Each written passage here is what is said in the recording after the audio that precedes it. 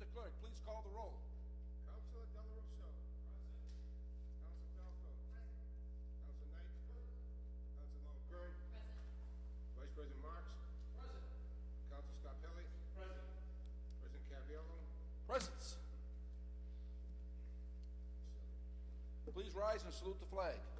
I pledge allegiance to the flag of the United States of America and to the republic for which it stands, one nation, under God, indivisible, with liberty and justice for all.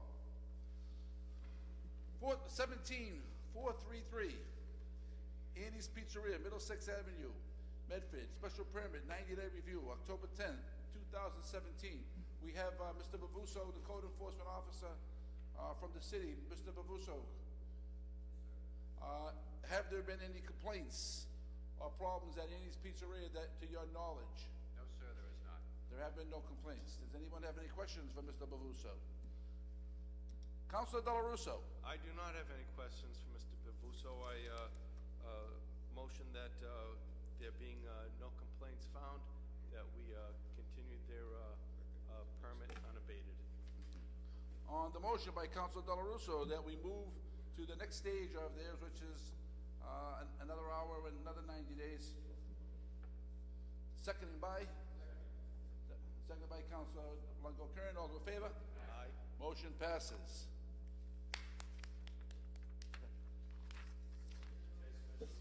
Motion by Councilor Scarpelli for suspension of the rules.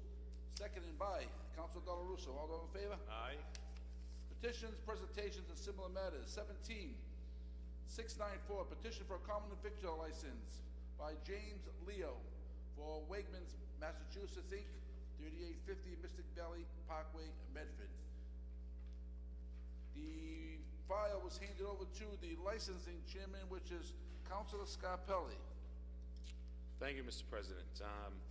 I found all the paperwork in order, and I move to accept and move forward with this. On the motion by Councilor Scarpelli, seconded by Councilor Delarusso. All those in favor? Aye. Motion passes. Thank you. Congratulations. Thank you. Thank you very much.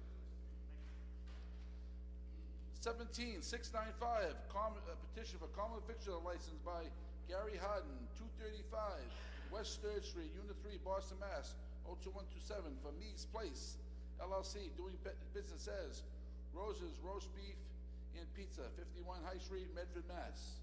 Name and address for the record, please. Name and address for the record, please.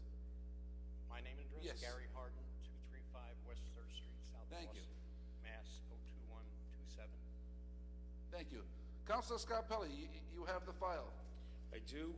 Thank you, Mr. President. I find all the paperwork is in order, so this is just a few questions to the petitioner. As this is just a transfer, you're taking over, are you maintaining the same business? Yes. So nothing's changing? No changes, right? You understand the work hours and what we have for your hours of operations? Yes. Familiar? Okay. I find everything in order, Mr. President. Move forward, accepting this petitioner. On the motion by Councilor Scarpelli, seconded by Councilor Knight. All those in favor? Aye. Motion passes. Thank you very much. Good luck. Thank you. Good luck. 17696.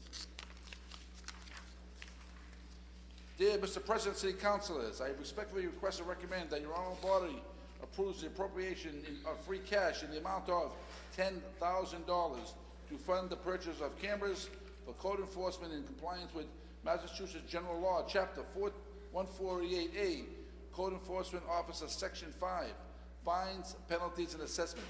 The balance in free cash before this vote is $7,823,993. The revised free cash as of 6/30/17 has not been certified by the state at the time. City Commissioner John Bavuso is here to present and answer any of the council's questions regarding this matter. Mr. Bavuso. Councilor Longo-Kern. Thank you, President Caraviello. Thank you, Mr. Bavuso, for coming to explain this. Maybe just a little more detail about what type of cameras, how many we're purchasing, what they're going to do, just a little more detail.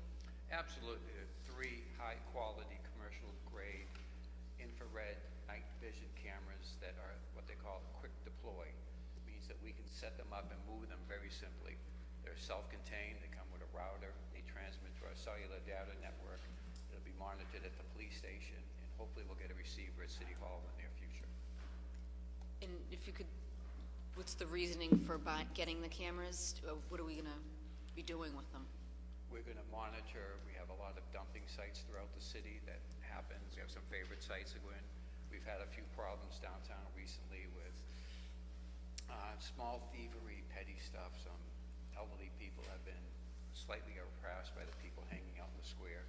So we hope that they have the cameras will be able to let us see anybody caught in the act of bothering somebody or stealing anything, any criminal activity. Oh, so they'll be portable and you'll be able to move them around and That's catch? correct. Oh, okay. Great, thank you. Councilor Knight. Mr. President, thank you very much. Mr. Bavuso, thank you for that presentation. Ultimately, Mr. President, this council has requested the purchase of portable security cameras for the purpose of code enforcement on numerous occasions in the past. Here we have an opportunity to appropriate the funding to make that a reality. I move approval. Thank you. Vice President Marks. Thank you, Mr. President. As Councilor Knight just mentioned, this has been a request of this council for the past several years. And I would hope that, I know these are portable, but I would hope that one of the first stops will be Commercial Street and the dumping that has taken place on Commercial Street over the years. And I would hope that would be one of the first stops. It is absolutely high on the list. Yes, it is. That area is notorious for all sorts of garbage, refrigerators, you name it, sofas. Everything shows up on that street because it's poorly lit at night and there's not much traffic there at all. And it's a constant problem. Absolutely. I support this wholeheartedly, Mr. President. Councilor Scarpelli. Thank you, Mr. President. Again, I follow my colleagues in this endeavor. I think that what we'll get back in fines and penalties would be tenfold, and I think it would be automatically. So I appreciate your work in making this come to fruition, and I support this wholeheartedly. Thank you. Thank you, Councilor. I believe this is just a start. I think that what we're going to get from these 3 cameras is going to show us how valuable they are. And That's there'll be great. more. Thank you. Councilor Falco. Thank you, Mr. President. Mr. Bavuso, thank you very much for your report as well. This is something I support 100%. We've needed this for a long time, and I know this council has talked about this repeatedly. I just have a quick question. As far as the cameras go, I mean, how many, we're starting off with 3. I mean, ideally, do you think we could use more? We ideally could. I mean, these are a high-quality camera. They are about $3,000, a little more than $3,000 each. So we like to get the cameras in use, make sure they're working up to our expectations, and begin collecting some money back for them. Okay, great. And as far as, I'm just thinking, as far as the future goes and from a budgeting perspective, do you know what the life expectancy is for one of these cameras, especially if they're outside? I mean, I'm just, is this something that you have to purchase on a pretty regular basis? I don't know what the life expectancy is. The company that we're contracting through does all the maintenance and warranty work on them. So again, it's a high-quality commercial-grade camera they use throughout the city of Boston, the city of Somerville. So we have looked at that. I don't know what the life period is, but they're made for exposure to the elements. Okay, it's okay. I mean, this is, I think, a great initiative. I'm glad to see that we're moving forward with it and move approval. Thank you. Councilor Dela Russo. Second. Councilor O'Kern. Just one quick question. You said there's gonna be a router and the video will come up at the police station? Yes. So if you find out there was dumping, then your office, building department would go to the police station to review the footage? Absolutely. Okay, so that's how it's gonna work. We're not gonna have somebody sitting there and reviewing No, hours-long data. It's just gonna be if something happened, then we'll know. Is that correct? Exactly. It'll Gotcha. be recorded so we can back up the time frame and see who was there. Figured, but I just wanted to be clear. Thank you. On the motion by Councilor Falco, seconded by Councilor Dela Russo. All those in favor? Excuse me, roll call vote is requested, is required. Councilor Dela Russo. Yes. Councilor Falco. Yes. Councilor Knight. Yes. Councilor O'Kern. Yes. Vice President Marks. Yes. Councilor Scarpelli. Yes. President Caviola. Yes, 7 in the affirmative, none in the negative. Motion passes. Thank you. Thank you very much. Mr. Bavuso. 17699, Dear President Caraviallo and members of the City Council, I respectfully request that the council endorse an approval of food trucks for the Brooks PTO fundraiser that will be held at the Brooks Elementary School on October 22, 2017. Thank you for your consideration. Stephanie M. Burke-Mayor. Councilor Dela Russo. Move approval. On the motion by Councilor Marks, seconded by Councilor Dela Russo. All those in favor? Motion passes. Motion to revert back to regular business by Councilor Scarpelli, seconded by Councilor Falco. All those in favor? Motion passes. 17684, offered by Councilor Knight. Be it resolved that the Medford City Council requests that the administration expand upon its Adopt a Site program to include the grass islands extending from South Border Road to Lawrence Road. Councilor Knight. Mr. President, thank you very much. As we've seen throughout the community, the Adopt a Site program has been very successful in certain locations. Along Lawrence Road and Governor's Ave, Mr. President, if you take a look, you will see that some of the islands are adopted and some aren't. So we have one island that looks great, another island that doesn't look so great, one island that looks great, another island that doesn't look so great. So there's a little bit of inconsistency there, Mr. President. We have a very successful framework in place, and I'm asking the administration to see if they can seek volunteers to go there and adopt that site, Mr. President, so that we can beautify the neighborhood a little bit more. There's some inconsistencies along that stretch of roadway, and I think that this will do a lot for curb appeal. On the motion by Councilor Knight, seconded by Councilor Falco. All those in favor? Motion passes. 17685, offered by Vice President Marks. Be it resolved that the city administration provide the council with an update on the water leak detection program. Vice President Marks. Thank you, Mr. President. This is probably the third time I've offered this as a council resolution, that we receive an update on the proposal that was submitted by this administration back, I think it was roughly a year ago. Myself, and I know there were a couple other members of the City Council, attended a meeting up here that talked about purchasing a device on behalf of the community that would be able to gauge where leaks are coming from, and to have a systematic approach to replacing the water pipes where they're leaking in order to save the beleaguered ratepayers some money, Mr. President. So my first request is to ask where we stand on the leak detection program that was proposed to this council some time back. It's also, Mr. President, to once again ask that we take a full look at our infrastructure when it comes to water and sewer. Just for the edification of the viewing audience, the water for 2017 this year was assessed at $6,432,219. That is no increase over 2016. On the sewer side, for 2017, the assessment was $11,878,789. That was an increase of $525,541, which is a 4.6% increase over 2016 on the sewer side. And the combined assessment that the ratepayers in this community, every taxpayer is paying for, is water and sewer assessment is $18,311,008, and of which we also add in the expense of the Water and Sewer Division, which is $5,635,854, bringing the total budget for water and sewer for 2017 to $23,946,862. The reason why I bring this up tonight, Mr. President, as we all know, the MWRA back, I believe it was about a year ago, stated that Medford had approximately 20% for unaccounted for water in the community. And as part of unaccounted for water, that consists of leaks that are taking place, and that's why I'm calling for an update on the leak detection program.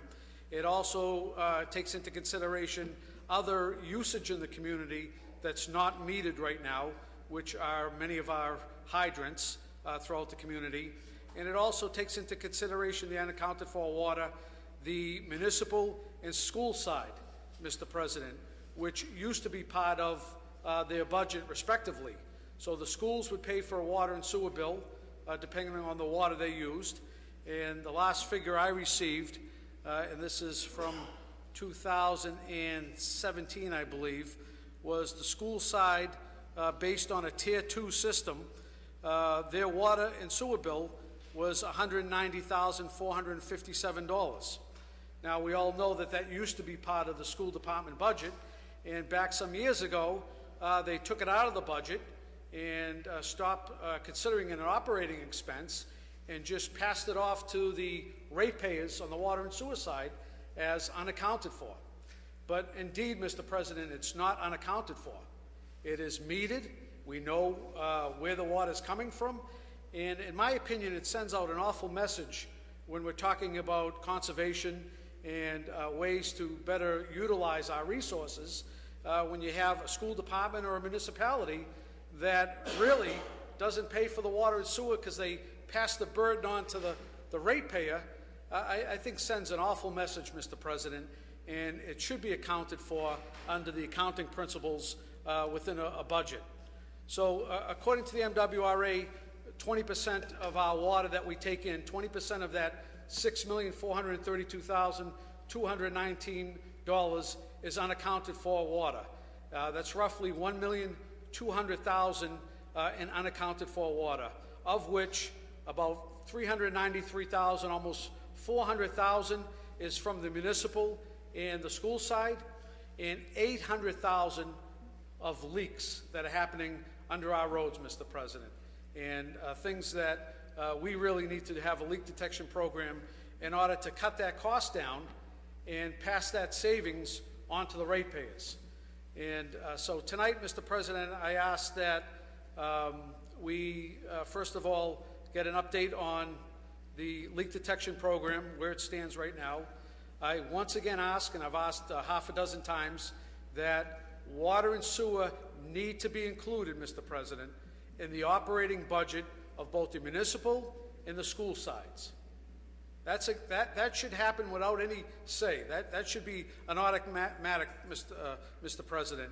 If we're going to ask ratepayers to, depending on what tier they fall in, if they use less water, they can save on their bill and also conserve, we should also be demanding the same from the municipality and from the school side. That should be a given. So I would ask that it be included back into the operating expense for the water for the schools and for City Hall. As part of that $400,000 I alluded to, the schools was $190,000. The municipal buildings, about $43,000. Irrigation, which is probably 95%, our parks is $152,000.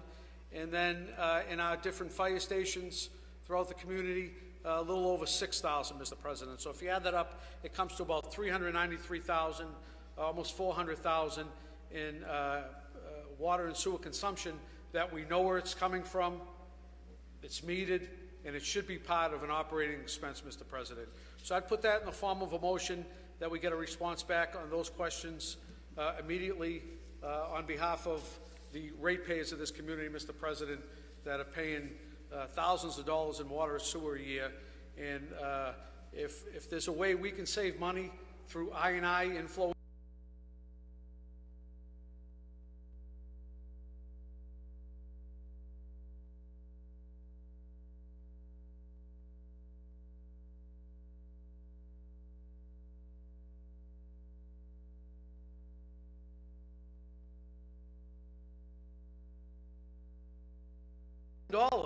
in an account just for that purpose. The Water and Sewer Enterprise Account was created for that purpose, to offset rates. This is the state legislature that created it, not myself, not this council. To offset rates and to do infrastructure improvements. What better improvement, Mr. President, to tighten up a system that ratepayers are paying millions of dollars a year for unaccounted for water and for I&I, inflow and infiltration. What better use of that money? I don't know anyone that would stand up against that, Mr. President. Instead, that money is sitting in an account, just sitting there. And every day that goes by is an injustice to every resident in this community that's paying a water and sewer bill, as far as I'm concerned, Mr. President. Thank you. Thank you, Mr. Vice President. On the motion by Vice President Marks, seconded by Councilor Longo Kern. All those in favor? Aye. Motion passes. 17686, offered by Councilor Longo Kern, be it resolved that once the free cash from last year is certified, that a portion of it be used to hire an outside company to help the Medford City Council update the city of Medford zoning laws. Councilor Longo Kern. Thank you, President Carviello. I think this is something that we had asked for to be funded one way or another several months back. I believe there was one maybe subcommittee meeting on it, but I think it's something that needs to be done. I then asked a question of, can we work on our zoning one section at a time? I know we're the ones that would update the ordinances, but we were told in a written decision that that would be spot zoning. But we are going to be approached with a number of projects coming down the line, which almost seems similar to that. And I think it's something that we need to have a commitment by the administration to hire an outside company to help guide us through this process. I think we're all capable of going street by street and deciding what zoning changes we should make, but to handle this, which is going to take, from what I understand, multiple years to do. I know the city of Somerville, it took a couple years to get through the process. We need some guidance and we need some commitment by the administration so we can move forward and get this done. Hopefully it'll be something that, can be worked on once the funding is there at the beginning of the year by whoever may sit behind this rail. But it's a project that we've all spoken in favor of doing, and it's something that needs to be done. So I asked that a portion be set aside, whether she wants us to research different companies and the costs.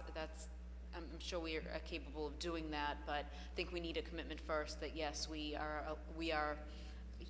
administration's willing to put money aside so that we're able to do this.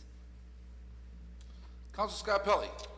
Thank you, Mr. President. I thank my colleague for bringing this issue forward. I know that this has been one of the biggest questions as we go street to street and talking to residents and asking questions about our zoning laws and our ordinances. So I think that months back, when we first brought this issue up, one of the biggest concerns was the amount of money that a consultant would cost, and I think we need that consultant. I think it's time that we do that.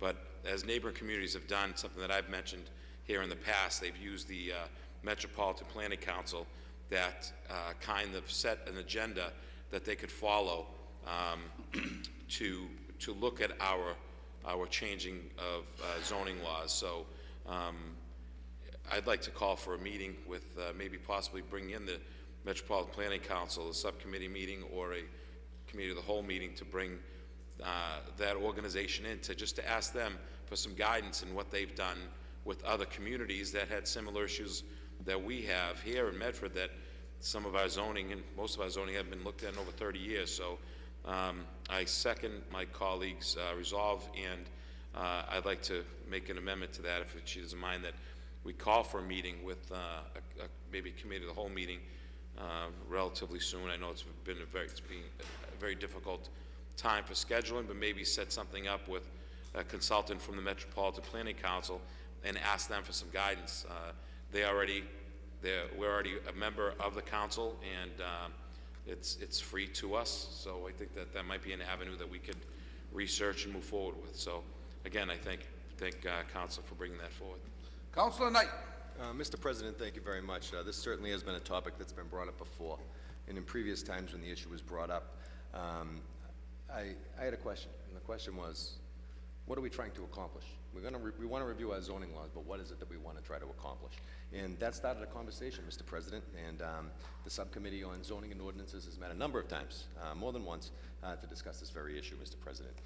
And one of the things that we've been doing is trying to develop goals and develop criteria for further debate and discussion as to what we feel as though would be important to put Medford in a position to be successful as we grow. One of the items that we've been discussing was the ability to ensure that we continue to generate between 1.25 and 1.5% new growth annually.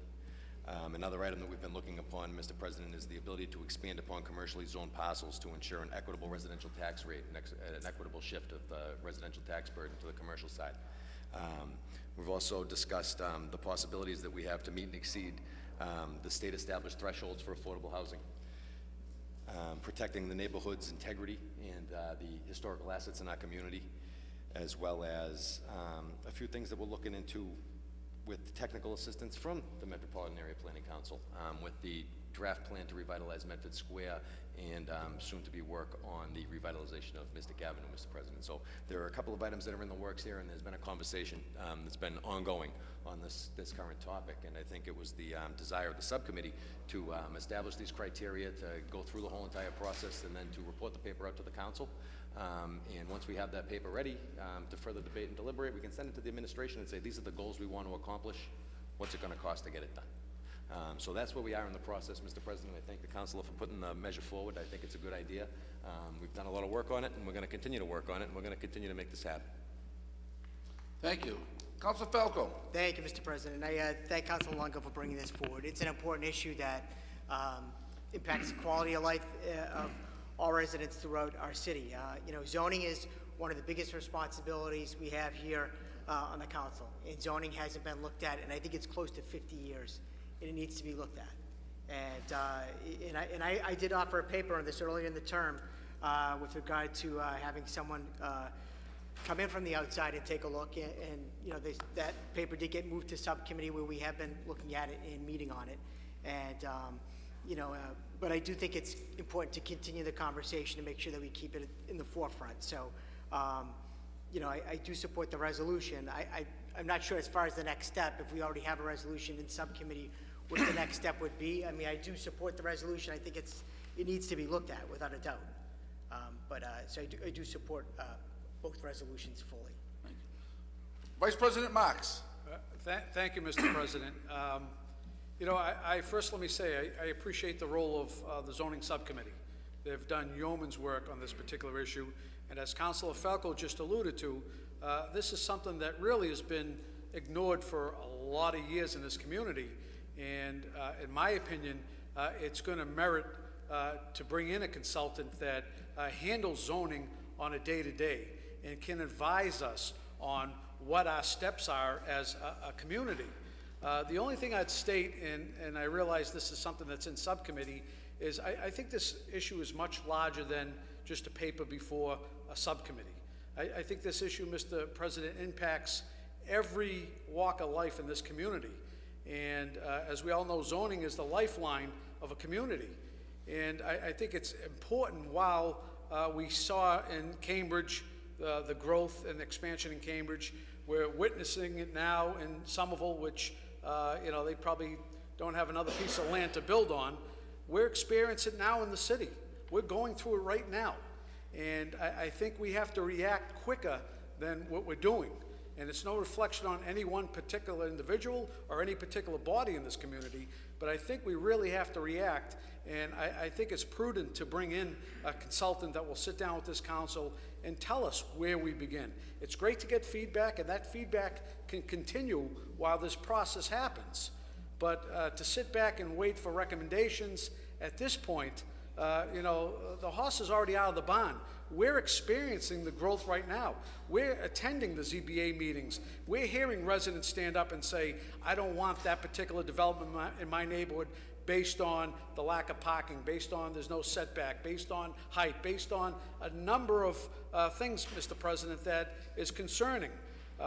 When you look at other communities, they're incorporated right within their zoning ordinances, car share.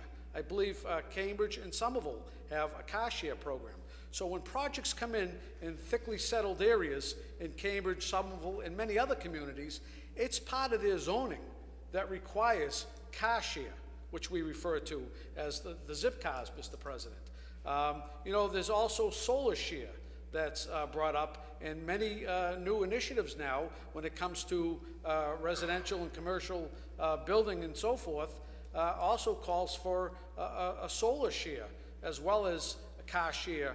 And there's a lot of initiatives that we could include within our zoning ordinances to help alleviate some of the concern that we're hearing, at least I'm hearing, from residents when I go to these meetings about the fact that these projects don't fit the very fabric of their neighborhood.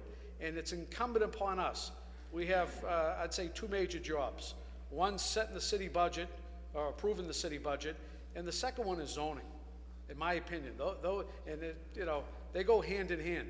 And we'd be remiss if we sat back any longer while this city's going to go through a building boom and is experiencing right now single families turning into 3, 4, 5 units. It's happening throughout the community. A lot that was built with a single family home, as we saw in the Lawrence Estates, turns into 2 giant homes. These are the concerns that I hear from residents, and we have to have a way as a council to say, you know what, we're not Cambridge, we're not Somerville. We want to make sure whatever happens in our community is something that we can all agree upon, and whatever new growth happens, whatever direction we go in, that it's going to be sensible for this community. And that people are going to rest assured that when they move to this community, they moved here for a reason, because of our open space, because of our schools, because of our parks, because of all the natural resources in this community. And I don't want to lose that very fabric that I think people move to this community for. So again, I support this wholeheartedly. I know it's been offered a number of times by other members of the council to bring someone on board, whether it's MPAC or whether it's any other organization or a private consultant. Really, that doesn't matter to me as long as we bring in an expert that can guide us along this very arduous process of really looking through hundreds and hundreds of pages of local zoning that hasn't been reviewed in decades. Thank you, Mr. Vice President. Councilor Longo Kern. I'll yield to the podium and Name and address for the record, please. Hi, I'm Cheryl Rodriguez. I live at 281 Park Street. I'm glad that we're talking about zoning, and I hope that we move past talking, but when we look for someone to bring in, we need to make sure that that group is independent and non-biased. We need to make sure that the zoning reforms that we make are Medford-centric and benefit Medford. Everyone talked about all the development that's happening in the city, but what I heard was residential, residential, residential. What's different between our development and Somerville and Cambridge's development is that they are very conscious of maintaining a balance of commercial and residential and making sure that they're able to support the infrastructure, the increased needs, the quality of life items that residents require and should have.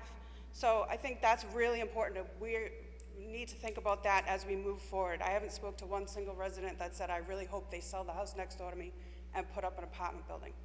But we have people living in homes right now that are in apartment zones that very thing could happen. And if you've ever seen a resident who's heard that there's going to be a 12-unit building shading their home, it's very traumatizing.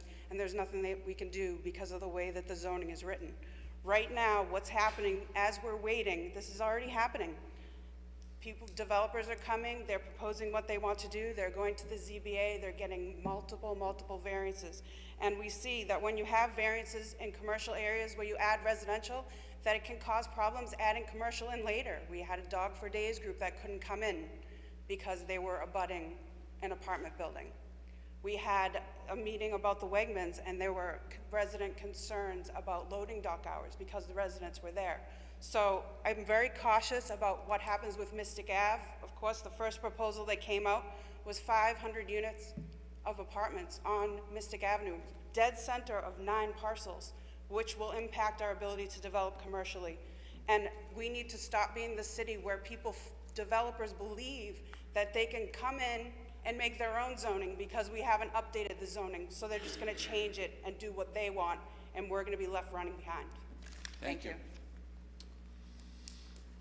Name and address for the record, please. Good evening, David McKill, 94 Rock Glen Road. As far as the zoning goes, the only thing I would caution is that we actually have an understanding as to which direction we'd like to take the city, as opposed to the zoning advisors coming in and telling us which direction to go. The reason why I say that is because, as any situation, if it's driven by tax and tax base, then you're gonna see a lot of conversation about high rises and higher up condominiums, when we're really trying to see what we can do about addressing the downtown areas and trying to keep the characters of those areas. And there are certain areas of the city, I'm sure, that can actually be developed like Mystic Ave, mixed use, whatever it is that we want to do. But we have to have an understanding as a city in itself before this advisor comes in, and we really should be able to tell them which direction we'd like the city to go and how do we get there, as opposed to them telling us, we think this is the way the city should go and this is how it's going to increase your tax base and this is what it's going to do to the city. So that's the one big thing that I would caution everyone to, come together, figure out which direction the city should take and which direction it should go with all the 5 downtowns, with all the areas that we feel we can develop, whether it should be strictly high-rise or it should be mixed use.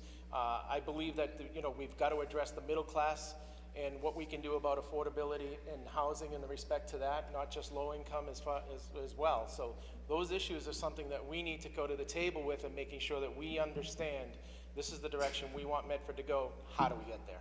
Thank you. Thank you. Good evening. Name and address for the record, please. Hi, Joyce Paul, 8 Mason Street. I was at the last city council meeting, and I went to the CPA meeting Wednesday, and Councilor Marks, had brought up 3 things that I thought were very basic, and he talked about the basics: the roads, the sidewalks, and getting a crossing, not guard, but a crossing thing that doesn't disappear in 6 months.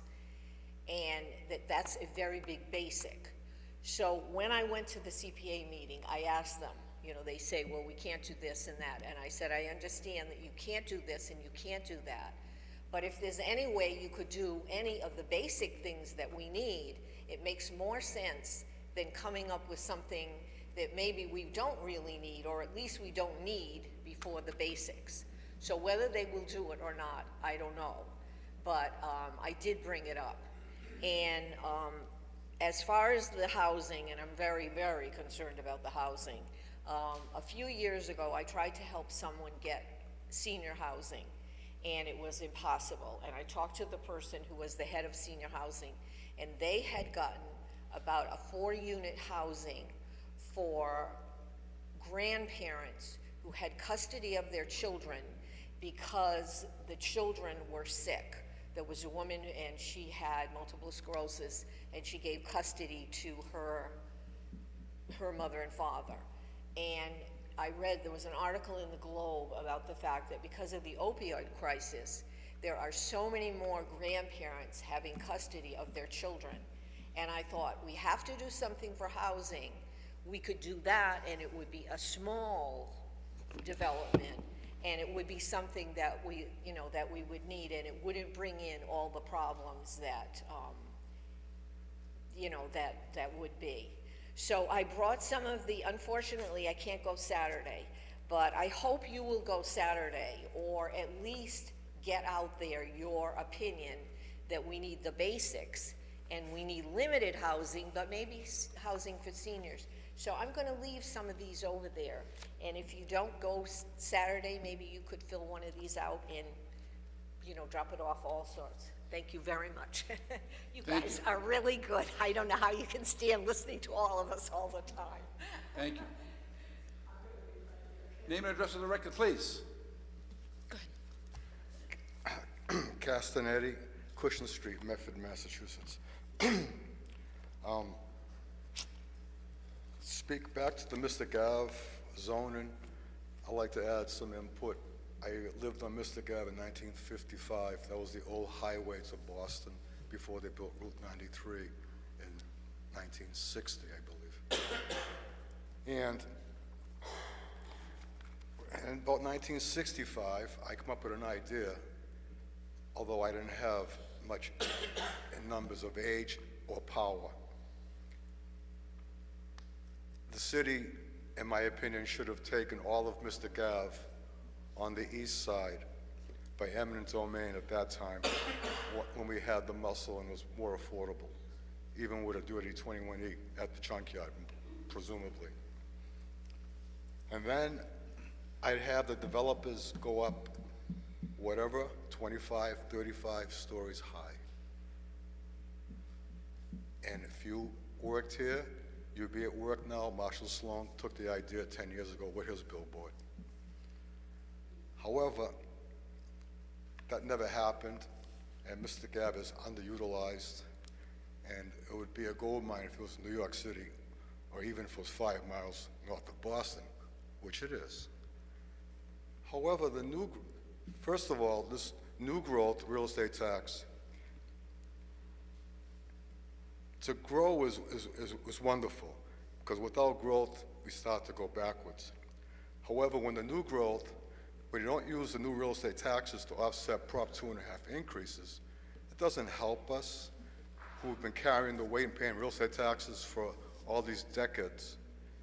It actually hurts us infinitely, because we need more police, more fire, school, buildings, pensions, infrastructure. And then, in the following year, they add 2.5% to a larger inflated number. And I would have put a ring road on Mr. Gav. Keep him off Main Street, unless they wanted to go to Di Pasquale's in those days. Now, good luck with this new zoning, because it should have been done a long, long time ago. But I must reiterate, the new growth does not help us. It hurts us infinitely. Thank you for listening. Thank you, Mr. Cassidy. Councilor Longo-Kern. Thank you, President Carviello. I want to thank the speakers, and I know there are a few of many that are interested in this topic in the city, with all the development that has gone on and will continue to go on. I think part of why I asked for a development committee and task forces is so that we can get more community input. But I think Mr. McKillop had a good point, and that is that the 7 of us need to sit down, and I agree with, maybe that's a place to start, but we need to do it sooner rather than later with regards to meeting with the Metropolitan Planning Council, and then maybe they can guide us on which company that needs to be hired and the pricing that it will cost. But it needs to be the 7 of us, and it needs to happen much sooner than it has. I thank the subcommittee for doing the work they've done so far, but I think now it's the 7 of us and the committee of the whole that need to take the ball by the horns and get this process started, because time cannot tick away on such an important issue, and it is the 7 of us that hear from residents on a daily basis, whether they're for development, against development, for certain amount of units versus more commercial. I mean, we know what we want, and I think we can no problem tell the Metropolitan Planning Council where we want to go and how we want to get it done. We just need some guidance, and we need to start the process sooner than later. Thank you. On the motion by Councilor Longo-Kern, seconded by Councilor Della Russo. All those in favor? Aye. Plus the amendment. As amended by Councilor Scarpelli. With the master, yeah. In committee of the whole. As amended by Councilor Scarpelli. All those in favor? Aye. Motion passes. 17-687, offered by Councilor Knight. Be it resolved that the DPW report back to the council when the replacement of asphalt concrete panels will be performed, and be it further resolved, an inventory of asphalt street panels be forwarded to the council, including the address, where it's located, and the date the concrete was initially removed. Councilor Knight. Mr. President, thank you very much. There are a number of areas throughout the community that have had asphalt patchwork performed on cracking sidewalks, concrete sidewalks that have been removed. And the theory behind it would be that we put a temporary patch down of asphalt sidewalk, and then when we have enough locations in the community that are in a certain area or region, we call the concrete truck up, and we get the concrete truck out there, and we break down these asphalt sidewalk patches, and we put concrete patches down, Mr. President. And I think that enough time has passed now. Well, we do have enough locations across the city of Medford that could require 1, 2, maybe 10 concrete trucks to get out there and start pouring concrete sidewalks, Mr. President. We look at the Regency and the Regal condominium buildings right on Winthrop Street. For 2.5 years, they sat there and they had a gigantic drainage project performed right beside their house. Their sidewalk was taken down, replaced with an asphalt sidewalk. 2 years have gone by. The concrete sidewalk has not been replaced.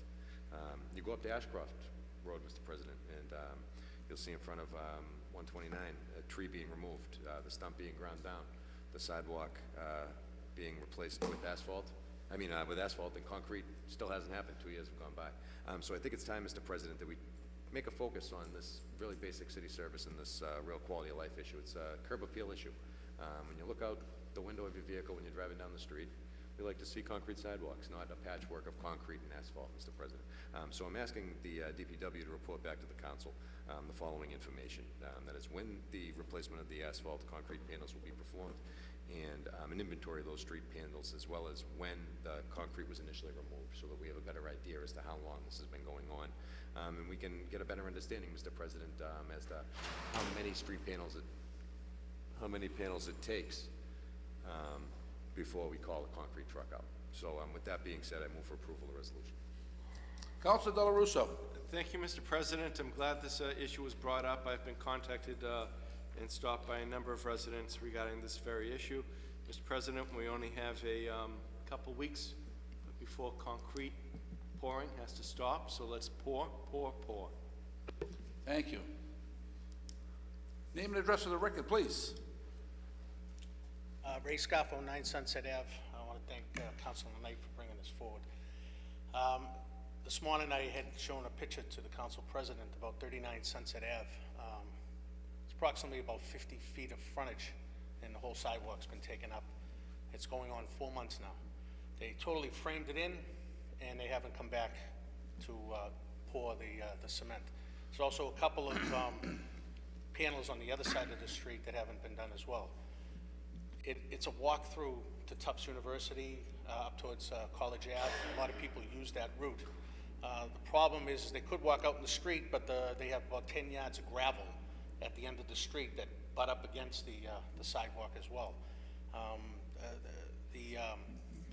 The people in the area are they're concerned because now we're getting, like Councilor Del Russo says, we're going to get a couple of weeks left before we can stop pouring cement. So they're concerned about, people going to get hurt walking through. Right now, it's a danger because a lot of leaves now are inside that pit.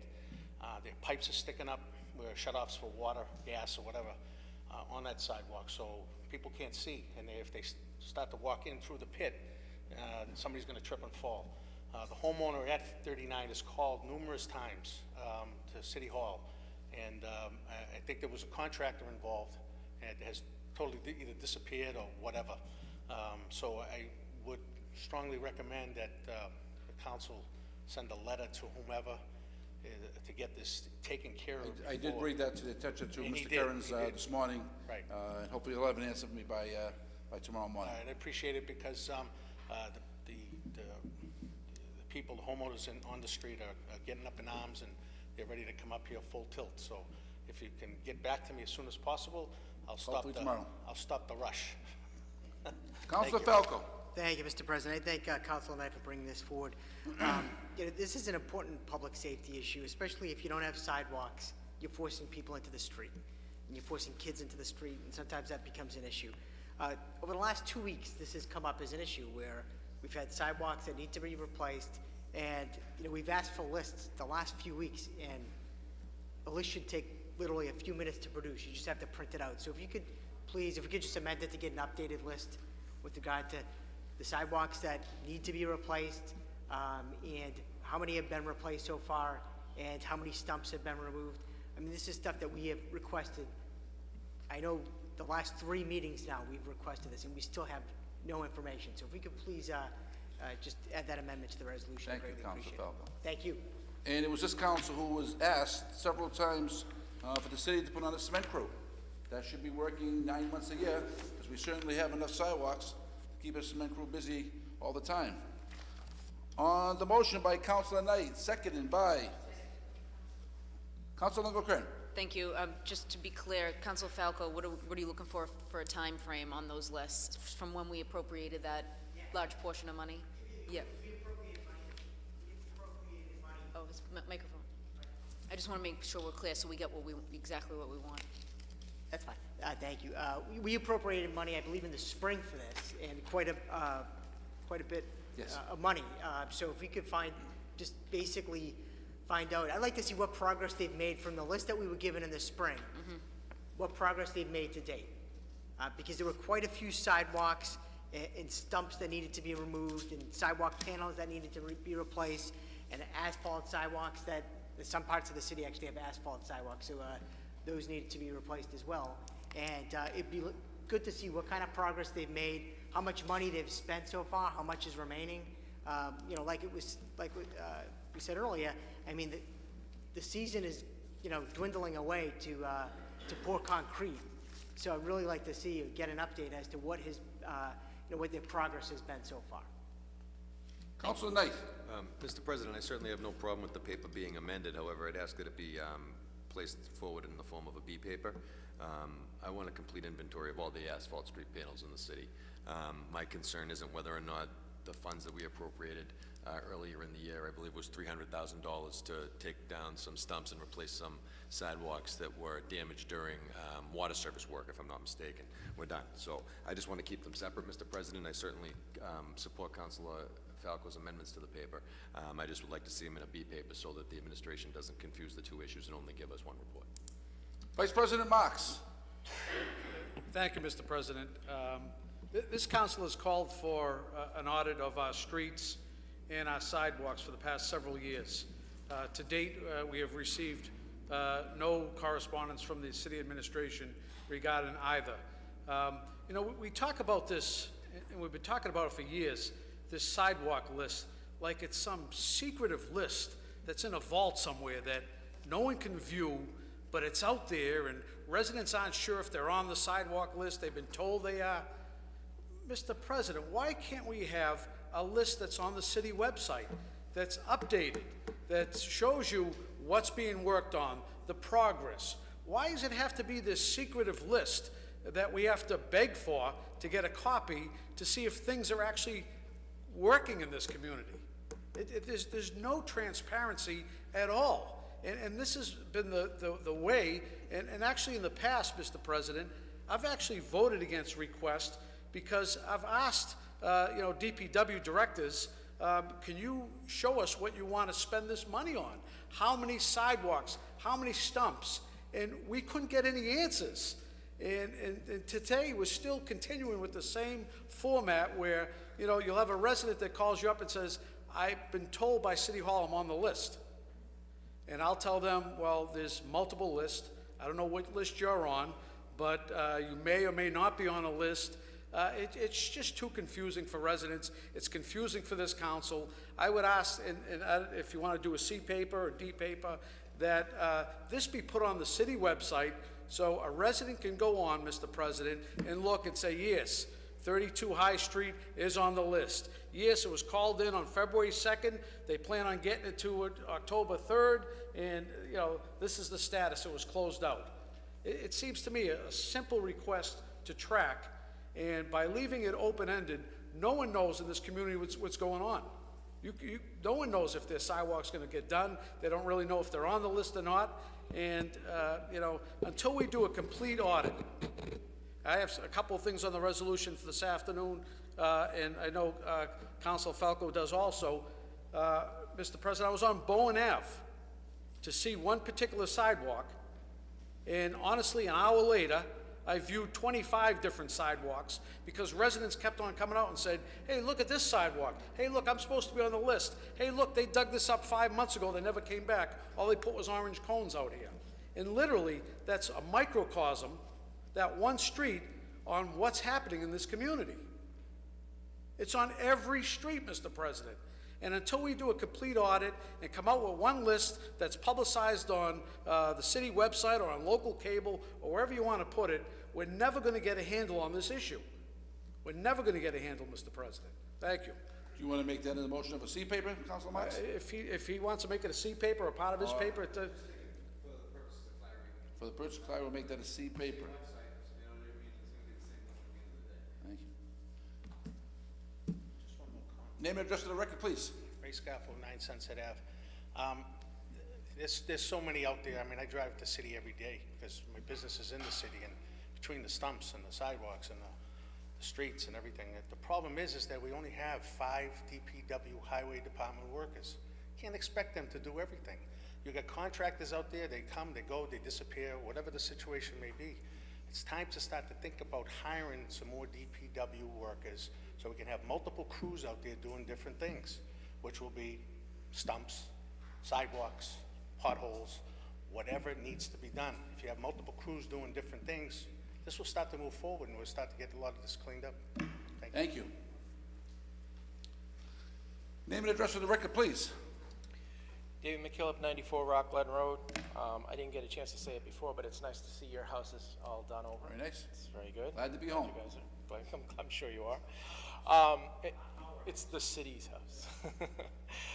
As far as the sidewalks, I too have experienced several areas where people are just truly completely frustrated and fed up with the whole process of why they can't get anything completed in this city.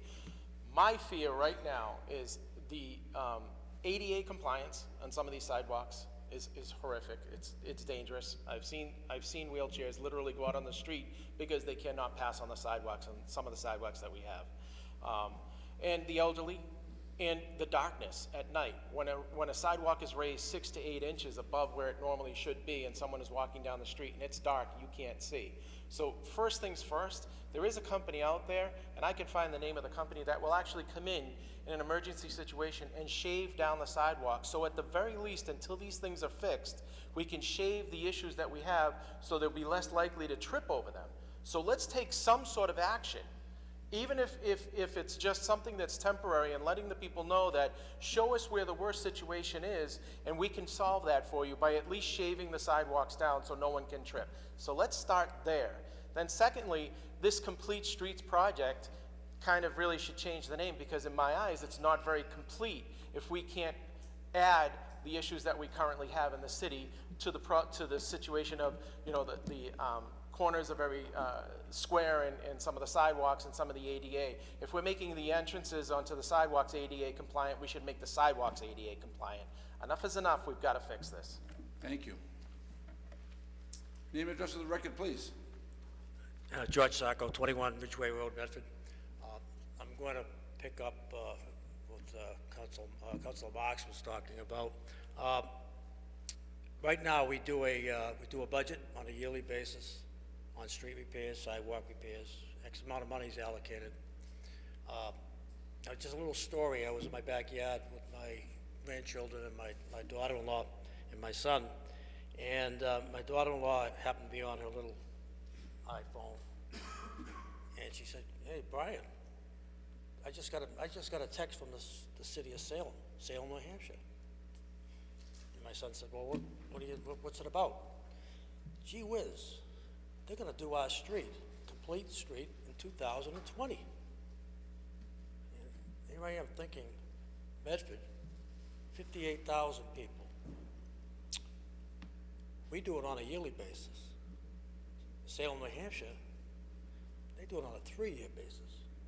So what they do is they go out, they prorate, they go out 3 years. We know, the engineering department, they know 3 years out what street has to be done.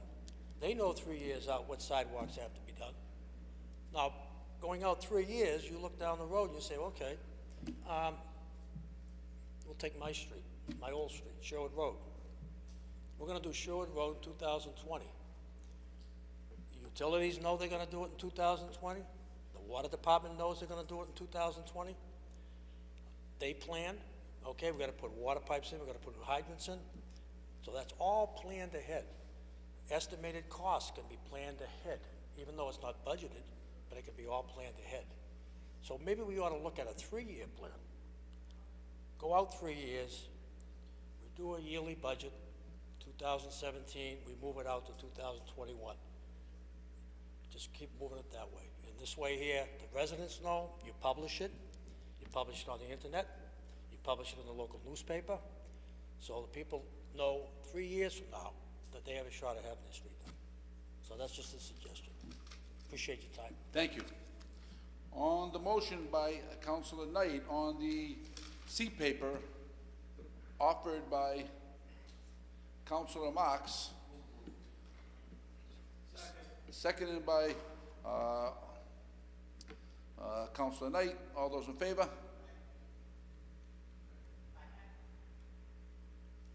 Councilor Marks? Aye? Oh, just want to make, the chair was in doubt. It's not a roll call. Motion passes. On the B paper, offered by Councilor Falco, seconded by Councilor Knight. All those in favor? Aye. On the original paper, offered by Councilor Knight, seconded by Councilor Dela Russo. All those in favor? Motion passes. 17-688, offered by Councilor Longo Kern. Be it resolved that the administration give a written update with regards to the Riverside Plaza project, including a detailed breakdown of how the monies have been spent thus far and what remains to be funded. Councilor Longo Kern. Thank you, President Carviello. I think this is pretty self-explanatory. Looking for a breakdown from Office of Community Development on what monies have been expended thus far, and how much more we have to go. I know there was somewhat of an update that we had to read about in the transcript, but if the council can be given a detailed breakdown, that would be much appreciated, because it sparked follow-up calls from residents to us of why is this project potentially going over, and we really weren't notified. I had to learn about it in the paper. Thank you. Councilor Knight. Move approval, Mr. President. On the motion by Councilor Longo Kern, seconded by Councilor Knight. All those in favor? Motion passes. 17-689, offered by Vice President Marks. Be it resolved that the sidewalk in front of 29 Lawrence Road be repaired in the interest of public safety. Vice President Marks. Thank you, Mr. President. This sidewalk requires attention by the city, and I would ask that it be reviewed and replaced in the interest of public safety. On the motion by Councilor Marks, seconded by Councilor Knight. All those in favor? Motion passes. 17-690, offered by Councilor Knight. Be it resolved that the Medford City Council requests that the sidewalk panel on the corner of Governors Avenue and Sherwood Avenue be repaired. Councilor Knight. Mr. President, yes, very similar to the situation that Councilor Marks just spoke of. This sidewalk panel on the corner of Sherwood Road and Governors Avenue is broken down, and it was replaced with gravel. And the gravel remains. There's no smooth surface there. As leaves fall, it becomes a trip hazard. Move for approval, Mr. President. Hopefully the DPW can get to this before long.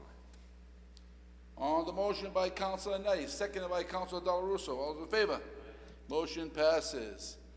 17-691, offered by Councilor Falco. Be it resolved that the Medford City Council congratulate Duncan McLean from the Boy Scouts, Troop 416, on earning the rank of Eagle Scout. Councilor Falco. Thank. Oh, okay, I'm sorry. Along with Councilor Marks. Councilor Falco.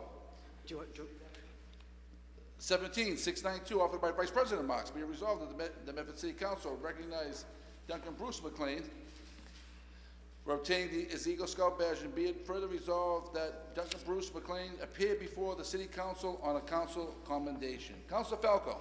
Thank you, Mr. President. We just want to congratulate Duncan McLean for this significant achievement. He became recently, well, actually, this week he'll be officially becoming Eagle Scout. It's really remarkable to go through the whole process and to earn that rank. I believe the statistic, there's only 4% of young men that actually get to that point where they go all the way through the program and become an Eagle Scout. Yes.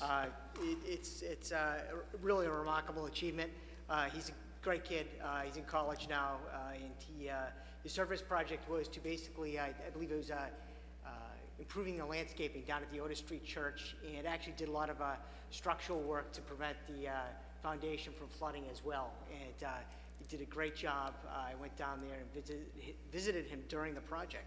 And unfortunately that day it was pouring out, it was raining, but really he and his fellow troop worked through it and really did a great job of really upgrading the grounds, and they did a nice job with the foundation work as well.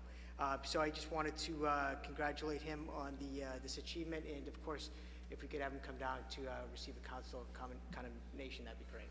Thanks. Outstanding young man. Vice President Marks. Thank you, Mr. President. As Councilor Falco just alluded to, you know, I don't know what it is in the water in the city of Medford here, but we are turning out Eagle Scouts at a real great rate in this community. The Otis Street Church needs to be commended. because a lot of the Eagle Scouts are coming from that particular pack. And Duncan has done yeoman's work, as John just alluded to, about doing some landscaping and foundation work around the church itself as a community project.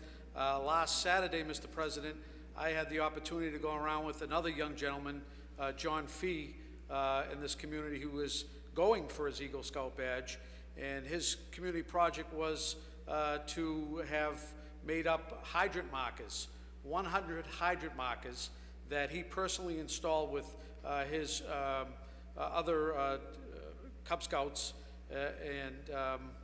He went around and he went to the vocational school and had them made up. They painted them, they installed them, and it's a real good community service project. And, you know, in this day and age with all that's going on, it's nice to hear the positive stories that are happening, in particular with young people in our community that are getting involved and seeing the importance of community building and helping the community. So I want to congratulate Duncan, and I hope John Fee, with his project, moves forward, and we'll be seeing him shortly too, Mr. President. Thank you, Mr. Vice President. And if we can get them up here soon to get a citation, and congratulations to the council, will be greatly appreciated. On the motion by Councilor Marks and Councilor Falco, all those in favor? Aye. Motion passes. 17-693, offered by Councilor Knight, be it resolved that the Medford City Council wish Rose DeLuca a happy and healthy 90th birthday. Councilor Knight. Mr. President, thank you very much. Rose, happy birthday. I'd like my council colleagues to join me in wishing Mr. Luker a happy birthday. 90 is a milestone, Mr. President, and I wish her another 90 happy and healthy years. Thank you. On the motion by Councilor Knight, seconded by Councilor Longo-Kern, all those in favor? Motion passes. 17-697, offered by Councilor Falco, whereas the city of Medford has recently removed many of the outdated fire call boxes located throughout the city, be it resolved that the city of Medford Electrical Department remove the remaining base of the firebox that still remains in front of 201 Main Street in the interest of public safety. Councilor Falco. Thank you, Mr. President. Actually, it's 201 Salem Street. 201 It's Salem right Street. in front of Brookline Bank on Salem Street. I got a number of calls on this, and sometimes if I get off the bus when I'm coming out of town on Salem Street, actually the bus drops you off. It's right there on the ground. It's actually where the old fire call box used to be. They took the call boxes out, but there's like a small pipe that's sticking up, and there was some wires that were in the pipe that have been cut.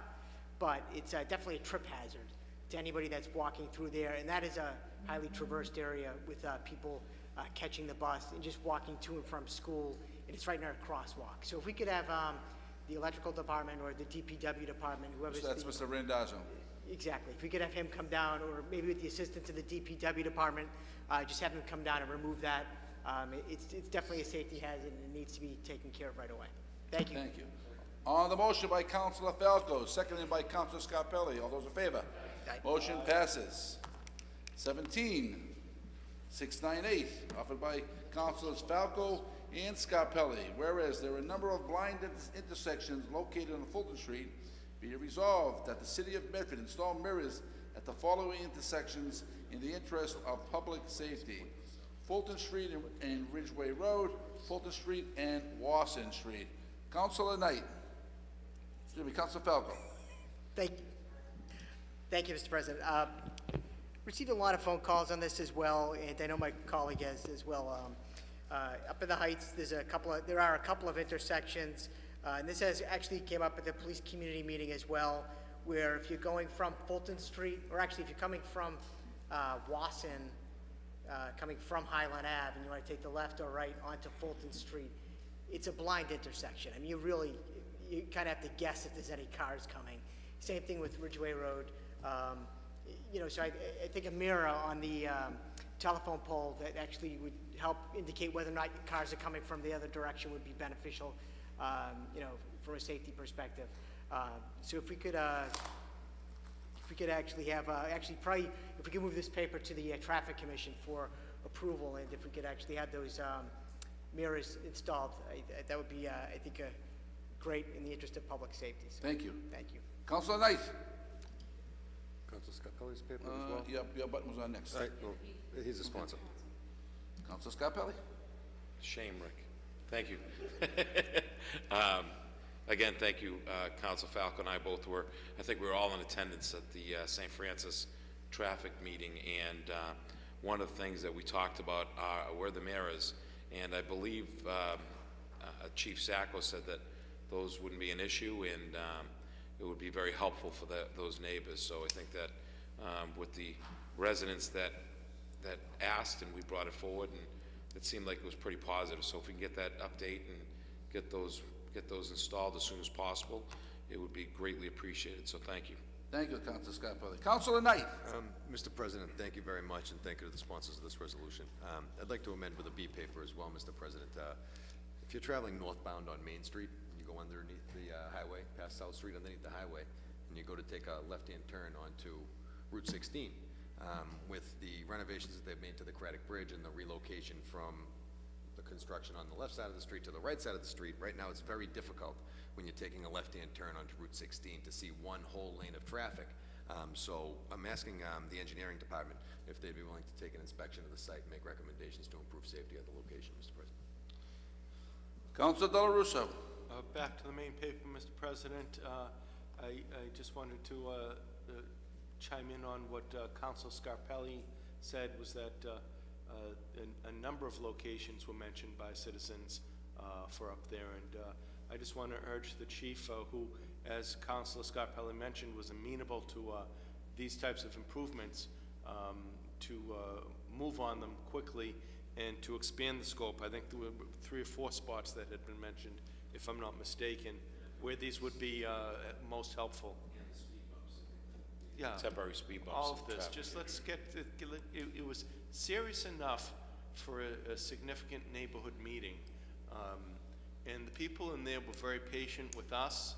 It was a hot summer night, and a lot of headway was made, and a lot of really thoughtful input was there. There was a lot of people who offered really solid stuff and really solid assessments of what's going on there.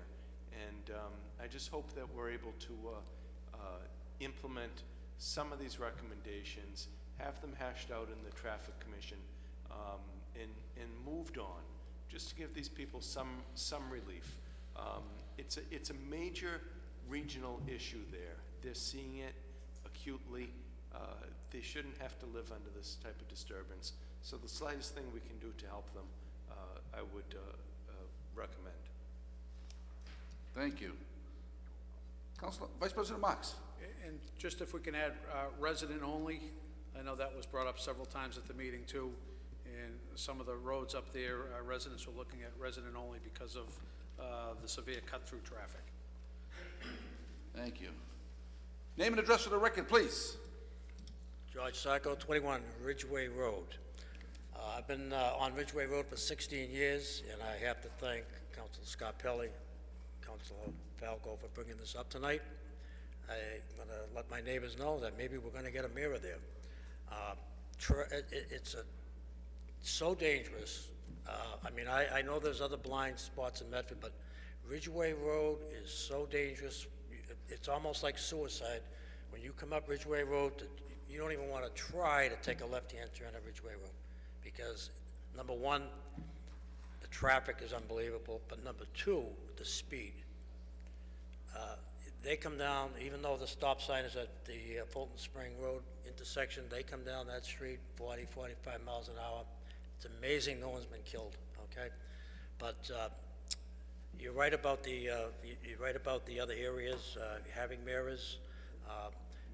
Ridgeway Road, Councilor Marks, residents only. We do have a no right turn on that street. There's 2 of them, no right turn. And what I've been finding out is that a lot of the traffic that's coming out of the Heights is not North Medford residents. What we're seeing is a tremendous amount of traffic coming in from Malden, Melrose. They're even coming off 93, go by the Stoneham Zoo, and they come down, Elm Street's backed up, they come right around the Rotary, come down Fulton Street. So what you're seeing is a tremendous amount of traffic.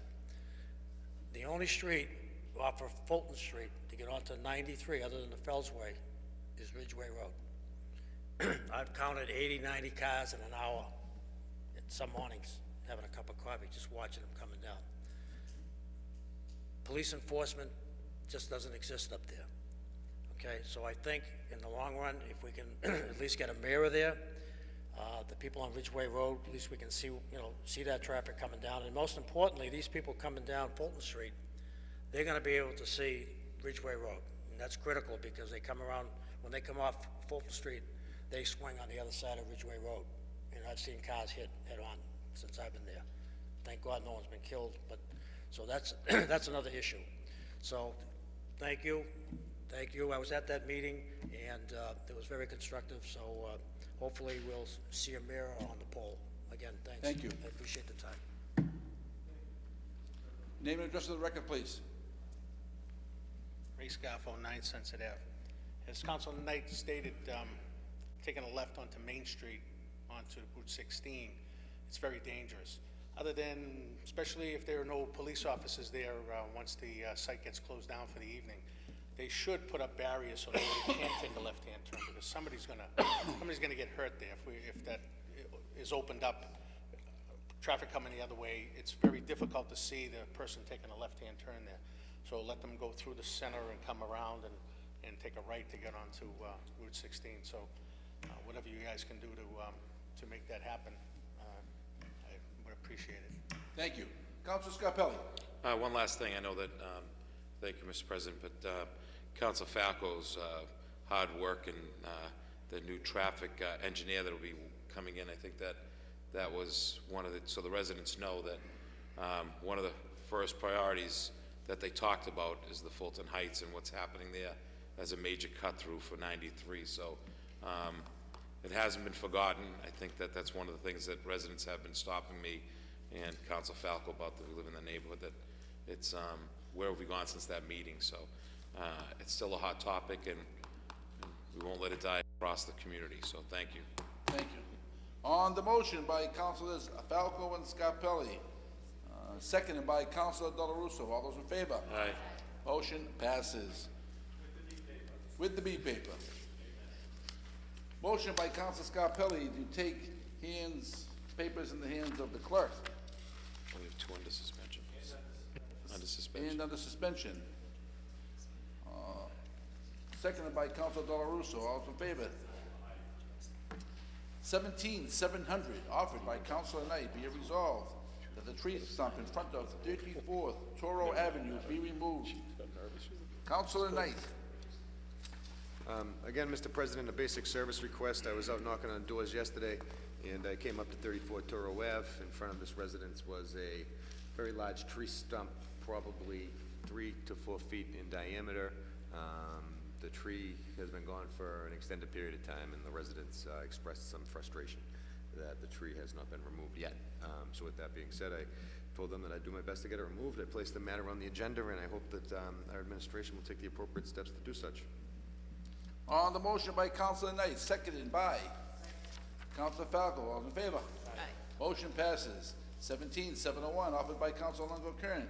Be it resolved that the Medford City Council congratulate Medford resident Henry Millerin for receiving the MPAH 2017 Patriot Award in recognition of his leadership and contribution to the Haitian community in Massachusetts. Councilor Longo Kern. Thank you, President Carviello. I was able to read an article and find out that Henry Millerin is receiving this Patriot Award, and I think it's such an honor. Henry is a friend to many of us, and he does a tremendous amount of work in the disability community, but also in the Haitian community, and he's being recognized for it. And I'm obviously very proud. They're going to have a ceremony for him at the end of the month, and I think it's something that I wanted to bring up just to let him know we appreciate all his hard work and effort for what he does for a tremendous amount of people. If you'd like to invite him up here for a citation by the council. Yes, please. Be appreciated. Councilor Scarpelli. Thank you, Mr. President. Again, I thank my colleague, Brianna Longo-Kern, for bringing this forward. I think that I had a problem about 3 months ago with a resident, a Haitian resident, that young teenager that was having some issues with a passport to get to his grandmother's funeral in Haiti. And all I had to do was make one phone call to Henry, and the consulate called this young man back and made sure he could be back home with his family to rest his grandmother in peace. And these are just little things that Henry does. So I too, he's a great man, and recognition well deserved. Thank you. Vice President Marks. Thank you, Mr. President. I too just would like to thank Council Longo for bringing this recognition. Henry's been a long-established member of this community, and as Councilor Scarpelli so eloquently said, will be the first to step forward in order to help someone that's in need. And I too want to thank him for all his efforts on behalf of all Medford residents in this community.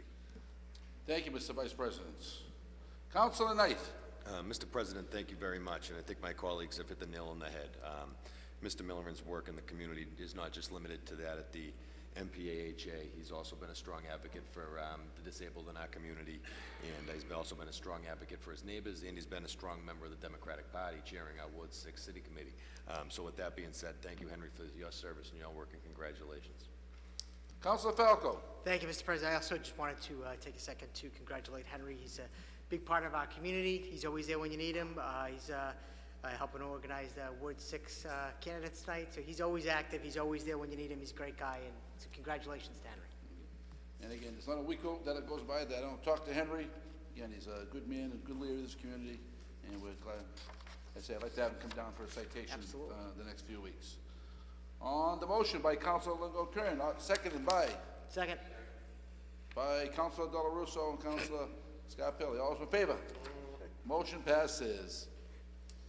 Offered by Councilor Falco, be it resolved that the Medford City Council requests that the tree warden examine the tree in front of St. Francis Parish Center in the interest of public safety. Councilor Falco. Thank you, Mr. President. I actually received a call from a resident the other day, and I actually took a walk down there to check it out myself. There's a tree, a rather large tree in front of St. Francis Parish Center, and I'm not sure if there was a car accident there recently, but it looks like it is just hollowed out completely, and it's a really large tree. And I'm really concerned that this thing is about to tip, but if we could send, I know the tree is on the Fells Way, but if we could send out our tree warden just to take a look to see what exactly route should be taken as far as if the tree is, if it's still viable, I guess. I mean, the tree looks like it's about to go, and I really have a major concern that it's going to fall into the road. It's large, and it literally it looks like it's hollow. So if we could have a tree warden go out there as soon as possible to take a look into this, I'd greatly appreciate it. Thank you. Thank you. Councilor Dela Russo. Mr. President, I feel that I should inform the body that that tree no longer exists. It's gone. When I made the bend around to be on time for a 10 o'clock funeral mass at St. Francis this morning, the tree was being taken down right before our eyes, shredded into a million pieces and thrown into a truck and driven away. Thank you. Excellent work, Councilor. Thank you very much. When I left early this morning, it was still there, so I'm glad they took care of it right away. They knew this was coming. Thank you. Vice President Marks. Vice President Marks. I'm glad to hear it was done, Mr. President. I received the same call, and I'm glad to hear that tree was definitely a public safety concern. I'm glad to hear it's been removed. On the motion by Councilor Falco, seconded by Councilor Scarpelli. All those in favor? Motion passes. I'm sorry. I apologize. Thank you, Name sir. and address to the record, please. Joe Villone, 59 Garfield Ave. This is Tree City, one of the Tree City Americas. There's a lot of them. But City Hall has bragging rights again this year in Tree City. And what I'm concerned about is people know that last year I saved a tree that wasn't supposed to be taken down. So thank you, Councilor Falco. If that one was hollowed out, we don't want to have problems. When I first moved here, the tree in front of my house was rotting and the wires came down. That was 2003, 2004. So there was a tree hearing, and I went to it, and on Paris Street, there's a beautiful tree. Now, this tree is healthy. The street is a mess. So there's a petition to take the tree down. My concern with it is the street itself is a mess and is a big hazard, a bigger hazard than any tree. you can pave around the trees. You can put a handicap access. Point of information, Councilor Scarpelli. That's up to, at the podium. Paris Street, I talked to the city engineer today. It's ready for some work and repaving, so pretty excited about that. That's great to hear, Councilor Scarpelli. That is great to hear because the streets around there have been hazardous. And I would like to see, if we're Tree City USA, I just want to see the good, healthy trees. If the roots are coming up, we need to pave around them, build a nice way to keep the tree preserved because it's the tallest tree on Paris Street. But it is great to see that Medford cares about trees. I want to see that we protect the good ones. Thank you. On the motion by Councilor Falco, seconded by Councilor Scarpelli. All those in favor? Motion passes. Offered by Vice President Marks, be it resolved that the street be repaired at 496 Winthrop Street in the interest of public safety. Vice President Marks. Thank you, Mr. President. I know Councilor Knight brought up this issue last week, but I received an email from a resident that lives at 496 Winthrop Street that stated that the street in front of his home is in deplorable condition. He also referred to the corner of Wildwood and Winthrop. I know Councilor Knight brought that up last week, and I would ask that because of the utility excavation that's going on there, that area be looked at immediately, Mr. President, in the interest of public safety. Thank you. On the motion by Councilor Marks, seconded by Councilor Falco. All those in favor? Motion passes. Offered by Vice President Marks, be it resolved that the missing cement sidewalk from 63 Bowen Avenue be replaced. Vice President Marks. Thank you, Mr. President. This is the sidewalk I referred to earlier. They removed a tree and just left the vacant hole there for some time now, and this definitely needs to be re-cemented in the interest of public safety.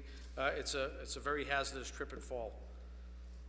On the motion by Councilor Marks, seconded by Councilor Falco. All those in favor? Motion passes. Offered by Councilor Marks, be resolved that the stump at 6466 Bowen Avenue be removed. Be it further resolved that the sidewalk at 8789 Bowen Avenue be replaced in the interest of public safety. Vice President Marks. Thank you, Mr. President. The sidewalk at 8789 was dug up, according to the resident, about 4 months ago, and now there's just some orange cones sitting out there with a giant hole waiting for someone to fall into it. So I would ask that DPW go out there immediately. And the tree stump, just from my expertise as an arborist, which I'm not, looks like it's been there for about 25 years, based on the outer coating of the stump itself. So I would ask that stump, Mr. President, be ground down immediately in the interest of public safety. I also, Mr. President, I need to say, in an agenda that had some 18 items, over a third of the items are for tree stump and sidewalks. I mean, there's much more, and those are important issues, but those are the day-to-day issues that should be attended to by the city. There's much more important issues regarding zoning, public safety, airplane noise, things that we should be attending to and discussing, and really not bogging down our agenda with issues that should be, it should be an automatic. So I would hope that the process regarding the sidewalks and streets, especially with the 311 system, where residents can actually reach directly out. The whole reason why we did 311, does the council remember? It was a way that the residents can interact with the city and then get a response. So that tells me one or two things, Mr. President, that the 311 system is not working, and that needs to be revisited, or that, as was mentioned earlier, that we don't have the manpower. I think it was Mr. McKillop that mentioned that. We don't have the manpower to handle the need that we have in a city that's, 7 square miles with 56,000 people in it, Mr. President, and something needs to be done. Thank you, Mr. Vice President. On the motion by Vice President Marks, seconded by Councilor Falco. All those in favor? Oh, I'm sorry, Mr. McKillop. It's okay. I apologize. No worries, no worries. My question on the 311 call, where does it go into, and who's monitoring it, and what kind of a graph comes out of that? Where is that list of all of those items and the age of those items? Because I believe that if you actually take the list, if it's done, if it's there, if it's somewhere, and you go by the age of the issues and you start to break them down, I believe it should be very palatable to get these things done in a seasonable manner and putting it into the budget. So if the first season of the first quarter, you get, 10 of those sidewalks that are 15, 20 years old, that are their issues, you get them out of the way. Then you work on the next 5 to 10-year-old ones, you get those out of the way. Then you work on the next, 1, 2, 3, 4-year-old ones, and you get those out of the way. There's no rhyme or reason as to the way we do this as far as I can see. So where are the 311s going? What list is it on? What is the chronological age of each of these items, and how do we attack this? And that's really what we need to do. It's just, again, common sense, looking at the problems, breaking them down so it's more palatable, you can fit them into the budget so it's easy to do, and you let the people know it's coming, and we're doing it, and we're working on it. Thank you. Thank you. Offered by Vice President Marks, be it resolved that the sidewalk at 63 Tainted Street be replaced in the interest of public safety. Vice President Marks. Again, Mr. President, the concrete was broken up and removed some time back, and there is just a hole there waiting for new cement. It's been over several months, and in the interest of public safety, that should be replaced immediately, Mr. President. Councilor Falco. Thank you, Mr. President. I received a call about this as well, and went down to take a look at the situation. And like the councilor said, it's just a hole in the ground, and there's no curbing there. And I guess a few years ago they tried to plant a tree there, but the tree literally just fell out because there's no curbing to hold the soil in. So really, the curb needs to be replaced. There really needs to be a strategy, I think, for Bowen Street in general. Like Councilor Marks mentioned, I took a drive there as well. The sidewalks are in really bad shape. There's some flooding issues on Bowen Avenue also. I mean, a lot of the sidewalks look like they might just need a skim coat, but I mean, just because a few, they just kind of, the top's gone, but there's other sidewalks that are just completely gone. Yeah, that but need to be- the upper part of Bowen Avenue has some pretty serious flooding issues when it rains, so I know they're in the midst of addressing those also. On the motion by Vice President Marks, seconded by Councilor Falco. All those in favor? Aye. Motion passes. The table records. Vice President, I'm sorry, Councilor Knight. Mr. President, I just want to take a brief opportunity to thank the DPW for the restriping work that they've done on Woburn Street. We put a resolution forward last week asking that the four-way intersections on Woburn Street be repainted, and in short time they were done. So I'd like to thank Joe Palladino from the sign department and the members of the highway department for their work. Thank you. Councilor Longo-Kern. Do you want to talk on that? Oh. Councilor Longo-Kern. Thank you, President Carviello. Just before we adjourn, I know that there is no school committee meeting on October 30th, so I'd see if we could maybe take a vote to move our October 31st meeting to October 30th. If you'd like to make that into a motion? Yes, please. Okay. On the motion by Councilor Longo-Kern that we change the October 31st meeting to October 30th, Councilor Della Russo. I would be opposed to that, Mr. President. Okay. And I wouldn't hold it against any counselor who wanted to spend one evening with their children to do it, but I think the people have reasonable expectation that we meet on Tuesday nights. It's been our constant practice. It's part of our rules, and I don't see this as a compelling reason to change the date of a meeting. Thank you. Vice President Marks. I was just wondering maybe if the counselor or the council would be amendable to possibly meeting at 6 or 6:30 that night rather than 7 o'clock. It's still a Tuesday. It's, need an hour earlier. I think that makes it worse. That makes it worse. Makes it worse? Yes. Yeah. Yeah. Councilor Knight. I was just going to say that I have no problem coming on Tuesday night. It's one of the sacrifices that we make if we have the privilege and opportunity to serve as councilors, that sometimes we have to spend time away from our family. But with that being said, I think that I can still get some trick-or-treating in between 5 and 7, Mr. President. My kids are young, but moving it to an earlier time wouldn't work out so well for me. Okay, on the motion by Councilor Longo Kern that we move the October 31st meeting to October 30th. Seconded by Councilor Scarpelli. All those in favor? The chair seems to be in doubt. Mr. Clerk, could you please call the roll?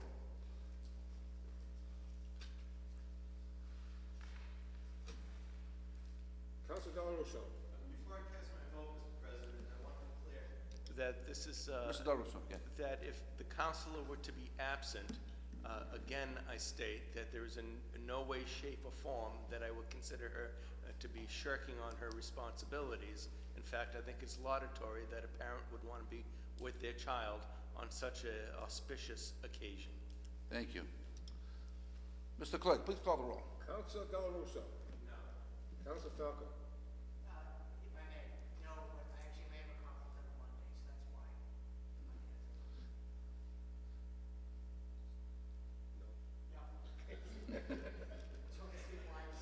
Councilor Knight. Councilor Kern. Vice President Marks. Councilor Scarpelli. President Carviallo. Yes. 3-4 fail. 4 in the negative, 3 in the positive, motion fails. I apologize. The table records of September. Vice President Marks. Mr. President, I'd just like to take the opportunity to announce that Boston Pride recently selected the Medford High School Gay Straight Alliance as one of 2 finalists for the Best Youth Group Award at the 2017 Boston Pride Parade. Miss Nicole Shalafo, the club's advisor, followed up with the representatives from the Pride Committee to learn how they were selected. She was told the selections were based on a variety of factors, such as unified group appearance, effort in coordinating, how the group engaged with the crowd and spectators during the parade. They're enthusiastic and full of energy, and the winner will be announced at their fall open house Thursday, October 19th at 6:30 p.m. The event will take place at the Pride's new office space at 12 Channel Street in Boston, which is in the Seaport District. And I just want to commend the GSA, the Gay Straight Alliance at Medford High School, Mr. President, for a job well done. Thank you, Mr. Vice President. And if I could mention one thing, if the council could send its prayers to and support to Marguerite Mandarini, who was struck by a car on Friday evening and hurt pretty seriously. She's in the hospital, and I think both of her legs were broken, her pelvis. So if we could send our prayers to her, it would be appreciated. Is that in West Medford also? Yes. Yeah. So there was 3 accidents in West Medford last week. So, but Marguerite was hurt pretty seriously.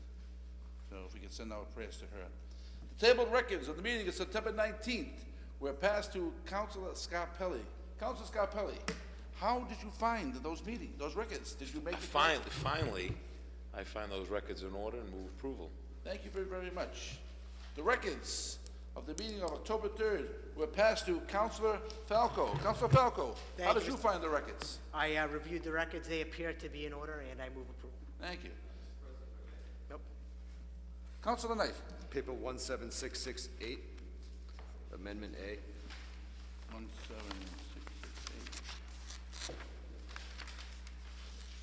17668. The amendment was made by, I was the sponsor of the initial paper. You were the sponsor of the amendment. On which week? October 3rd, 2017. It's the Councilor third item Falco. on the agenda. Councilor Falco, if you could verify Councilor Knight's question there. Please, If you look at 17668, yes. I was the lead sponsor on the paper. Okay. And Councilor Carviallo was the one that amended it. So if we could have the, So if you could city amend clerk that make for the that clerk. correction. Councilor Carviallo took So if we credit. could have approved the minutes as amended. Thank you. Seconded by Councilor Del Russo. Sorry? We will make a notation of that. On the motion by Councilor Longo Kern that we accept the records of September 19th, seconded by Councilor Del Russo. Motion passes. On the motion by Councilor Scarpelli that we accept the amended records as a pass to Councilor Falco, seconded by Councilor Del Russo. All those in favor? Motion passes. Motion by Councilor Knight, meeting to adjourn.